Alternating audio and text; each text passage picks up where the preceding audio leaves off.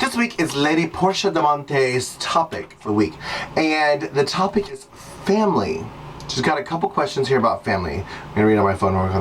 How important is family? Tell us a little bit about your family. And there are some who have chosen to walk away from their family. Why do you think they did?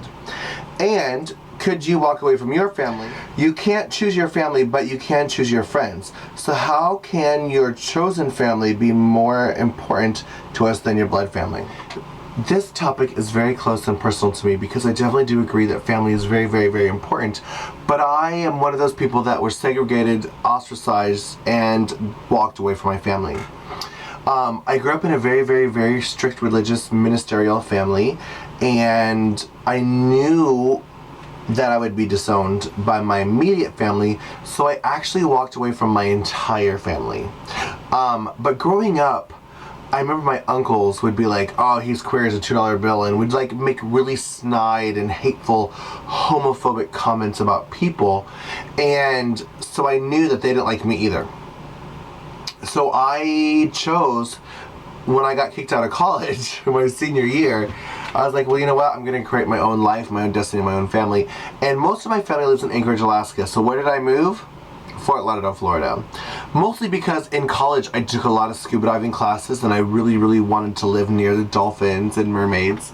And I just wanted to be in a water. I love water, and I just love being in the water. And water is like my fantasy. It's my passion. It's my, I don't know, water's so erotic and beautiful, and I love it. And I moved here to be in the warm climate and near other gay people.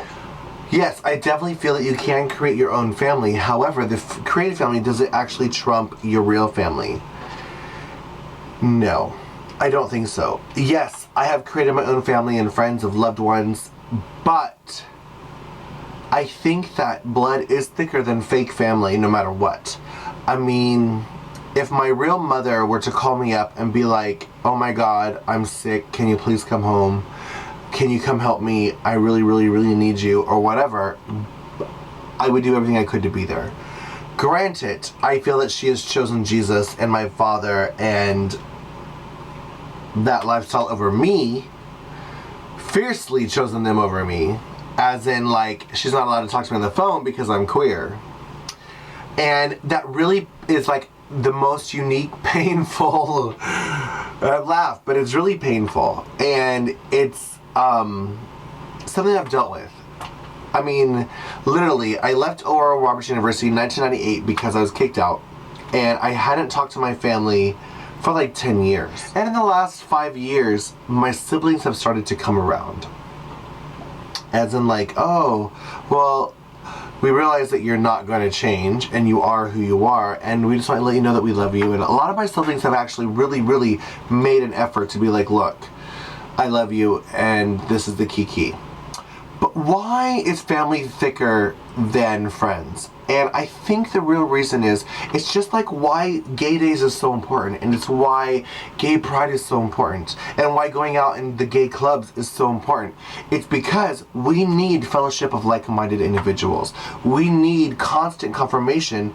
It's like the gay church. If a Christian goes to church, it's not so that they can get close to God. You can get close to God anywhere. But it's so you can fellowship with other like-minded individuals, so you can have constant affirmation that, look, I'm not the only one that feels this way. I'm not the only one that is this way. I'm not the only one that believes this way. You're around other people that think and act and feel the same way you do. And that's what our prides and things are. It's like, look, you walk into a venue, like for example, Gay Days, Magic Kingdom, 80,000 people, and they cut it off. So they cut it off. It caps out at 80,000. Nobody else is allowed in Magic Kingdom. All these gay people walking around with red shirts. It's the most unique experience I've ever felt in my life. To walk in and be like, oh my God, look at how many people are like, because you know, we can't help but think we're freaks. We can't help but think we're different. And you walk in and see all these people like, oh my gosh, these people are just like me. It's amazing. But that's kind of what family is. You don't have to explain to them that you're fucked up. You don't have to explain to them that your mom's sick and twisted. You don't have to explain to them that your uncle's weird, or that your other uncle was in jail, or your other uncle was whatever. They already know, and they love you anyway. And that's very important. And I think that will never leave. Now, if your family can choose to accept you, that's important, and that's amazing. And if ever my family were to fully accept me, I think that, I don't know what I would do. You know, because right now my family's kind of on that brink where, oh, we'll pat him on the shoulder and let him know subconsciously that we like him, but we're not going to talk to him. And when he's here, we're not going to ask him about his life or his day or his job or what's going on in his world, because we don't want to know. But we'll just say hi. That's it. You know, which subliminal language, yes, I know that my family, quote unquote, still loves me. I don't know. But I do think that the gay family and the family you created is just as important. Very important. You know, we have to surround ourselves with people that do love us and accept us and appreciate us for who we are. Now, those of us that decide to couple up and pair up, that family unit, whether you're married to a man or a woman or the opposite sex or the same sex, is your new family.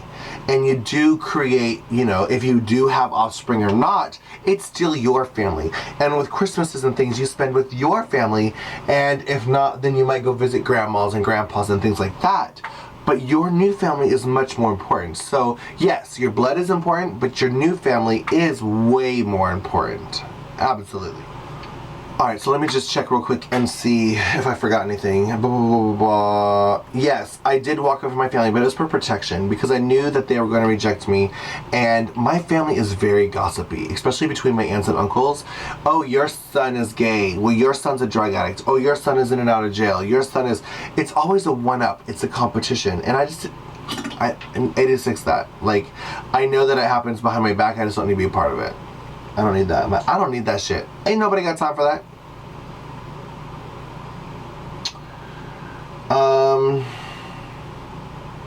I think I answered it.